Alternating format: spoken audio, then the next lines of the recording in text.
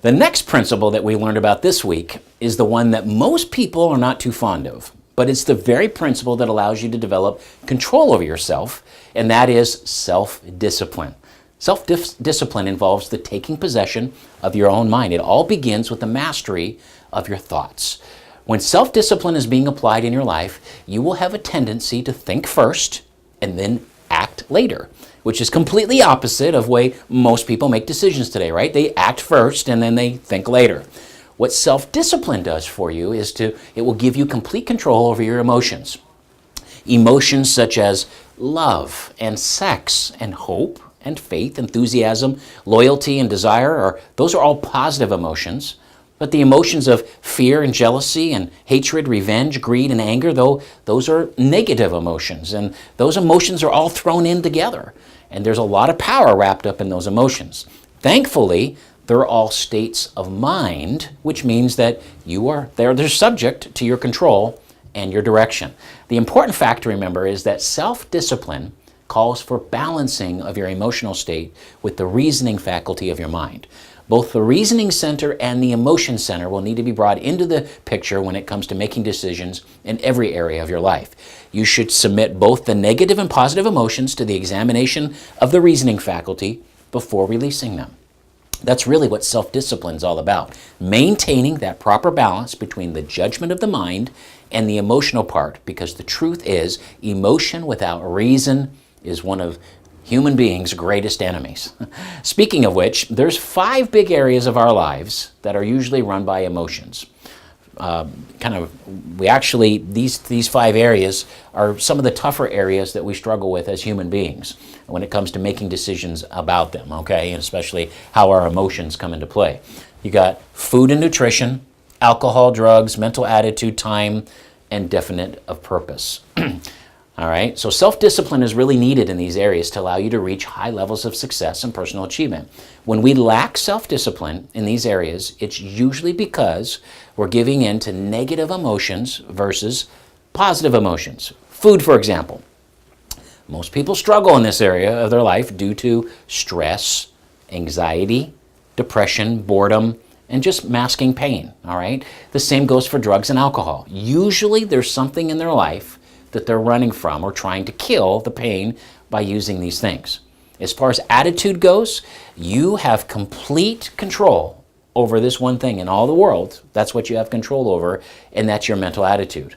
This is where the 2 envelopes kind of come into play, right? The rewards and the penalties. You're going to have to choose either rewards, penalties, and not allow fear and self-pity and unworthiness and guilt and shame to take those away from you.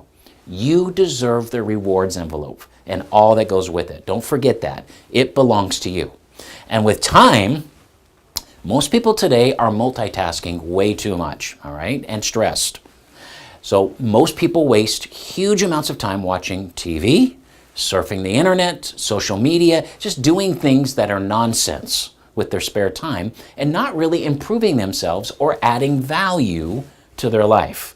Time is a very special commodity indeed, and it's the one way that how we spend our spare time, that's going to make the difference between success and failure in life. Now, with definiteness of purpose, it's easy. Most people have not decided what they really want from life and where they want to go. It takes discipline of the highest order to make a decision and then put a plan of action together to see it through. Write out those goals, move towards them, and take action. Action is the key word, which takes self-discipline to implement. If you can master and gain control in these 5 big areas, think about what your life would be like if you had more control over appetite, food, nutrition.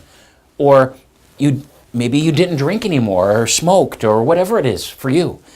What if your attitude just was tweaked enough so that you were 15% more positive than you were negative? How much different would it be? And if you had better control of your time, and certainly if you knew exactly what you wanted and where you were going, that would make a huge difference in the area of discipline. Your life would be completely different. And if you can master and gain control in these 5 big areas of your life, food, alcohol, drugs, mental attitude, time, definiteness of purpose, 98% of your challenges will vanish right before your eyes. Focus on these key areas and add more discipline to them, and your life will never be the same again. One area of your life that you're not able to directly control is your subconscious mind. We're going to be talking a lot about that from this point forward over the next several weeks, because it's a huge part of the success principles that Napoleon Hill came up with. It acts only in response to the stimulus it receives from your emotions, which you do have complete control over through exercising self-discipline. And when your emotions are positive and they're directed towards a definite major purpose, your subconscious mind will be working hard and powerfully to bring that to fruition in your life. But here's the catch to this. Here's the other side of it. It will work just as powerfully and hard when your focus is on negative emotions as well. The subconscious mind does not distinguish between the two, between good and bad and positive and negative. It just knows emotion. So whatever emotions it's fed, its job is to find answers to make it happen in your life. I want you to really understand this. You should be seeing something. You should all be having an aha moment, because when you should notice that when you feed yourself more negative, that tends to transpire more in your life. It becomes a physical reality. When you feed more positive into your life and you're feeling good about your life, you have more of that happens. Whatever emotions it is fed, your subconscious mind, its job is to find the answers to make it happen in your life. That is why your self-discipline must be applied to your emotions, so that your subconscious mind works for you and not against you. That is why a positive mental attitude is so critical to personal achievement. What the mind dwells upon ends up becoming your physical reality.